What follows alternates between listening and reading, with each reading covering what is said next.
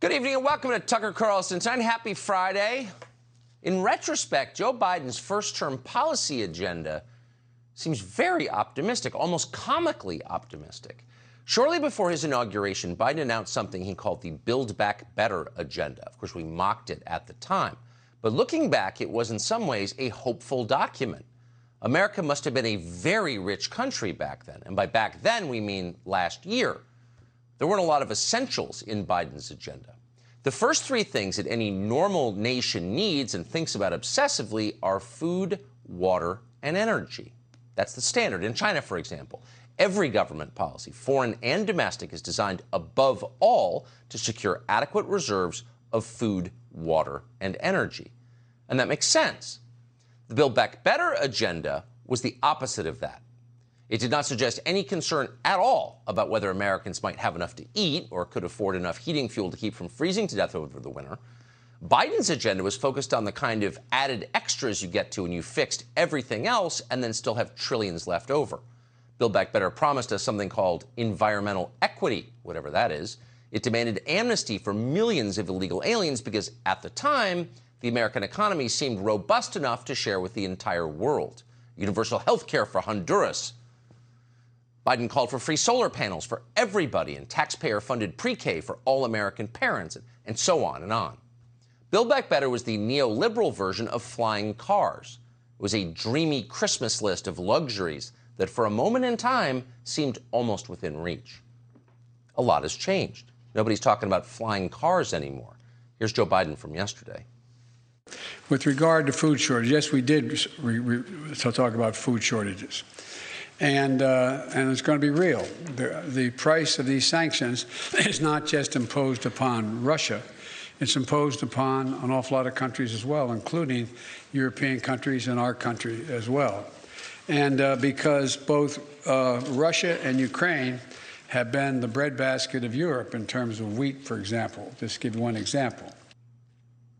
Food shortages, Biden said, quote, they're going to be real. Once again, in case you missed it, to repeat, food shortages, not in Sudan, in Cincinnati, in Reno, in Spokane, and Norfolk, and of course in our big cities too, where not a single person who was born here has any idea what a food shortage is.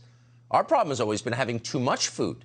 Now we won't have enough. We know that because the President of the United States just told us that on camera. So what is this going to mean? How do food shortages affect a country? Well, if you're interested, go online and read about it. All of recorded history will answer your question. A food shortage is not like deciding to skip dessert. It's not a diet. It's not voluntary. A food shortage is different. It's scary. Food shortages topple governments. They turn moderates into revolutionaries. A food shortage is a big deal. You don't want one. But now we're getting one, just a little over a year into Joe Biden's presidency. Think forward. If the traditional calendar holds, we've got 1,032 days left of the Joe Biden administration. And you wonder what things will look like by then. We're already speeding toward dystopia. Not that the White House seems aware of it or to care in any way. Here's Treasury Secretary Janet Yellen from this morning, for example, letting you know it's time to stop whining about gas prices because actually, they're not very high. How high do you think oil prices can get at the pump? Listen, there's a lot of uncertainty about it. They're not as high in real terms as they were earlier in this century, and it's conceivable that they could move higher.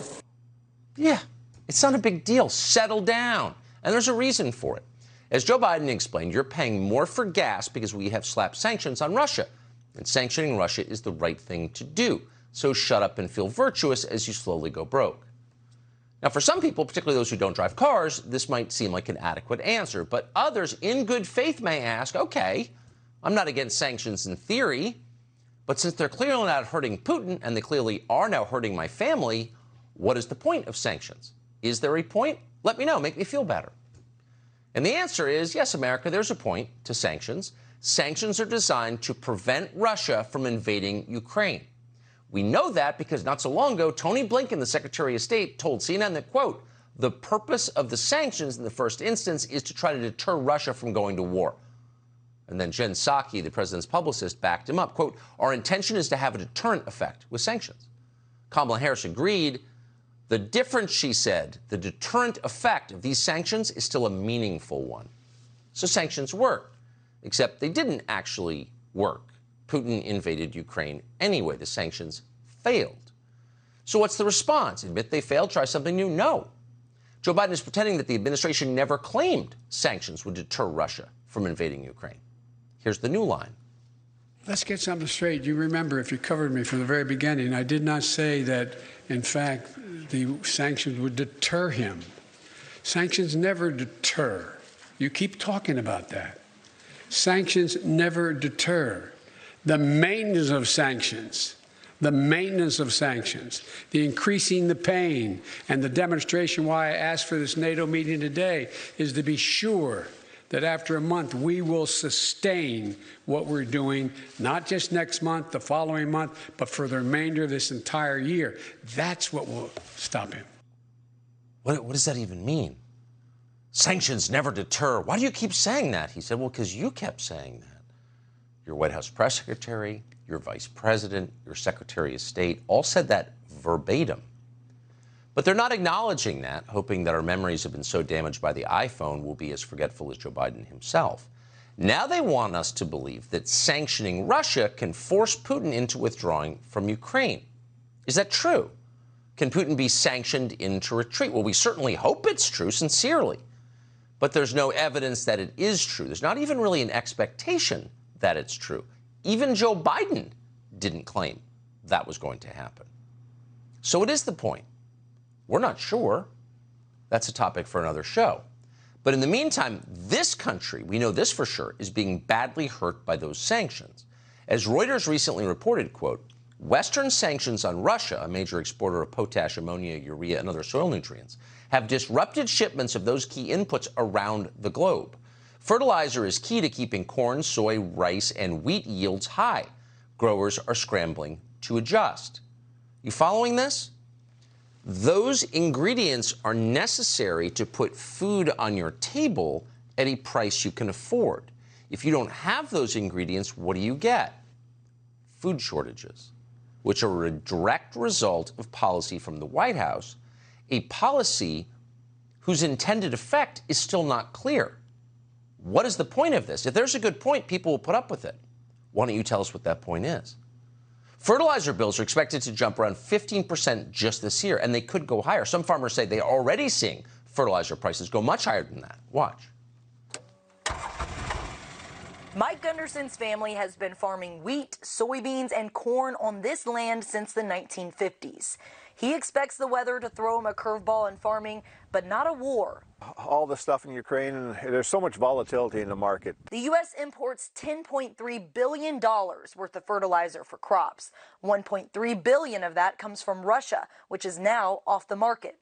The Minnesota Association of Wheat Growers says farmers lay down fertilizer at least twice a year. There's a lot of fertilizers that are 4 and 5x more expensive than they were a year ago. Fertilizer has drastically outpaced the rate of inflation. Russia's ban on fertilizer is scheduled to last until the end of the year. And while supply is already tight this year, it's the future many are worried about. So sanctions have thrown American agriculture into profound turmoil and will cause, again, as the president has told us out loud, food shortages, which are maybe the most destabilizing trend you could ever have in a country, not just to the politics, but to the social fabric. It's scary.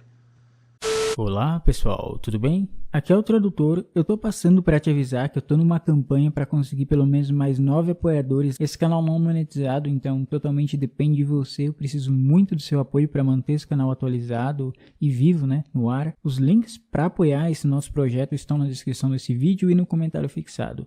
Então é muito fácil e muito simples de apoiar. É graças a essas pessoas incríveis que eu posso estar trazendo conteúdo para vocês. E é isso aí, pessoal. Não se esqueçam de deixar seu like, seu comentário e até mais. Fui! Grande abraço.